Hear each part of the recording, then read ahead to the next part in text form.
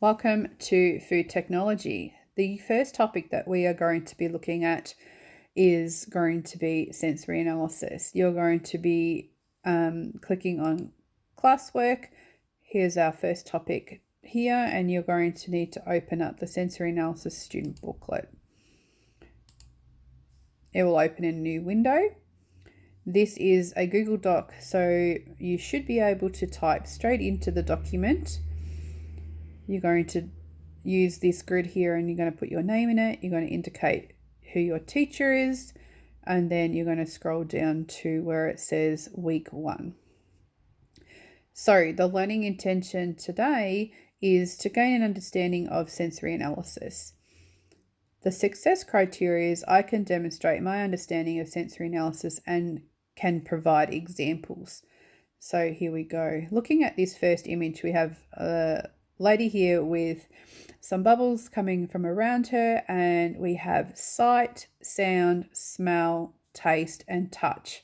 So these are the 5 senses that we as humans use. What we're going to do is we're going to explore how the senses relate to food.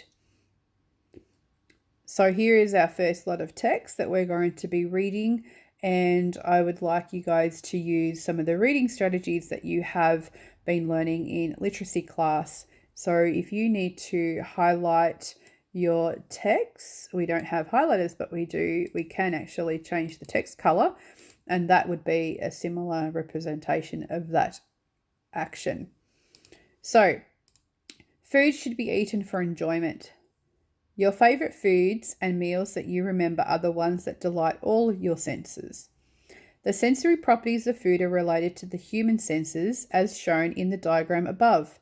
They include sight, sound, smell, taste, and touch. Appreciating and enjoying food is based on the food's sensory properties. When we evaluate food, we draw on these sensory properties and use our own senses to make judgments about whether we liked or disliked the food item. What I would like you to do into this box is I want you to type in there a food that you don't like, and I want you to tell me why you don't like it. Once you've done that, I want you to move on to the next box, and I want you to tell me what are the 5 senses. Okay, we've just talked about them. Now we're going to go a little bit deeper, and we're going to talk about and find out about the sensory properties in relation to food. So the first sensory property that we're going to be looking at is appearance. Here's a definition. The appearance, the look of a product or packaging or food. Consumers are often quick to judge food by its appearance or the appearance of the product's packaging. Sight is the dominant sense and accounts for 80% of our experiences. It is very important that food appeals to the senses when designing and creating food products. Have you ever seen any food that you didn't look right? Did you eat it? Consumers often have an expectation of how a food product should look, and if it does not meet the expectations, it is often not consumed. For example, a high-quality risotto will look creamy and be white in colour. If you were served a grey risotto, would you eat it? The colour of the dish highlights that it has been produced correctly. There is a picture of risotto, and it is nice, white and creamy.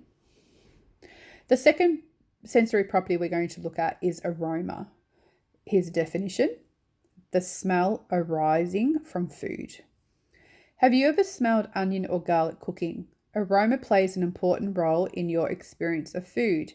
In fact, many real estate agents, when selling a home, have muffins or cakes baking in the oven, using the smell of cooking to make the kitchen feel enticing and comforting. Often, the aroma of food can bring back memories of past experiences. This can sometimes be positive or negative. While aroma is often used to enlighten the senses, it can also be used to make judgments about food and food quality. Have you ever smelled milk to see if it is spoiled before you use it? I know I haven't. I don't smell my milk before I use it. I normally get somebody else to smell it for me. Okay, the next sensory property we're going to be looking at is taste. Okay, so Taste, here's the definition: the sense by which the flavour or savour of things is perceived with your mouth and tongue. We all eat food for the taste and pleasure it can give us, as well for the nutritional benefits. There are 5 basic tastes: sweet, salty, sour, bitter, and umami. Flavour is a combination of taste and aroma, with the mouth and nose sending signals to the brain.